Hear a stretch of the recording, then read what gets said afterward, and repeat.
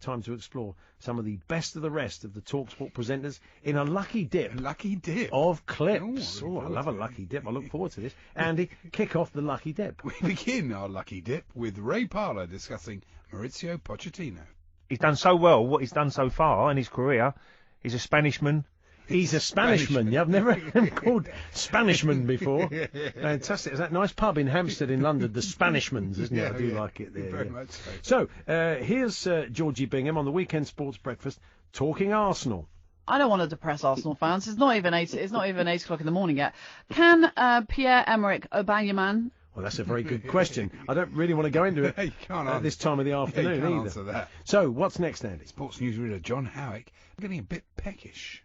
Newcastle have agreed 2 deals on deadline day. Sparta Prague goalkeeper Martin Dubravka, while Leicester's Islam Salami is currently having a medical. I do like a bit of Islam Salami, don't Lovely, you? isn't it? Fantastic. Well done with Dubravka.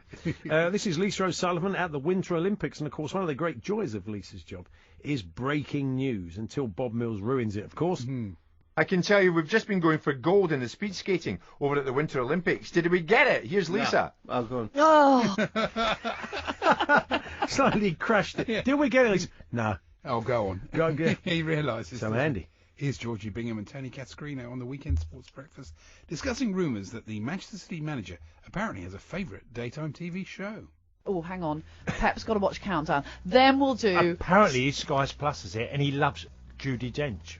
You know the girl that does all Who the... doesn't... no, Judi Dench is the Judi actress. Dench, sorry. You're thinking what's her name? Alice Dent. No, it's Juice. What's her... Rachel Dench? Riley. No, You're she's thinking- the maths girl. Dench. Yeah, Alice. Is it It's Alice? the Dictionary Girl. Yeah, Alice. Dictionary Yeah. girl. Is it? Alice Did I say? Dent. I thought her name's Dench, though, isn't it? I think it's Dent, isn't it? Yeah. It wasn't far off. So we got there in the end, ish.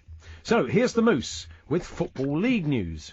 Probably Paul Tisdale's last game as manager. He's been really heavily linked with the MK Johns. All called John, entire team. The MK Johns. A whole team. I like them. Oh, they've all got to be from Milton Keynes. They've all got to be called John. Yeah. This is Wigan manager Paul Cook, who during the course of their FA Cup run we learned had 2 different voices. Yeah. You know, and nowadays in the modern game, teams have been known to make changes. So whatever team Southampton bring, we know it's going to be very tough, but we've got a chance. 2 different men. It's ridiculous. Bizarre, isn't it? It's got weird. 2 completely different voices. Yeah. And this was Paul again a little bit later in their FA Cup run on breakfast. I wish it was, Al. We're off to Bristol Rovers today, Al. We're playing Bristol Rovers tomorrow night, so holidays at the minute are very much out of our mind. I'm delighted your voice has come back, not. Listen, you know me, we've had, we went out with the lads on Saturday night, the chairman took us out Saturday night, we enjoyed a good night out. And Good. Yeah, 2 different voices. It's It's two brilliant, different John. people. He's like 2 different men. It's incredible. So, next, Andy. Sticking with odd voices, this is Ray Parlour, who unveiled his Mick Jagger impression this year. I mean, a decision of this magnitude at this stage of the competition. Very good Mick Jagger. It's up there with Phil Cornwall's, isn't it? That's very impressive. Mark Saggers now at the King Power Stadium. My home area now here in the East Midlands, and we watch the man with the horn make his way here to the centre circle at the moment. I do wish I'd seen that. Yeah, I do like their pre-match entertainment. Yeah, it's quite unorthodox, but there we go. What's next, Andy? Here's newsreader Carl Hartley. Now it's day 1 of the Masters, and watching it for talkSPORT is Bob Bubka. We'll bring you more from Bob as the Masters continue. You can bring less, could you? You couldn't really bring us any less from Bob, Carl, could you, really? We'll bring you more. Nothing. We'll bring you something, is what you meant to say. This is Dean Saunders alongside Alan Brazil on breakfast with a question for Al's old teammate, Terry Butcher. Terry, are we right? Were you born on an aeroplane? No. There we are. That's Alan just winding him up, Alan setting said, him up. when Butch comes on, he was born on an aeroplane, you know. Ask him about being born. And he fell for football bants, as they say.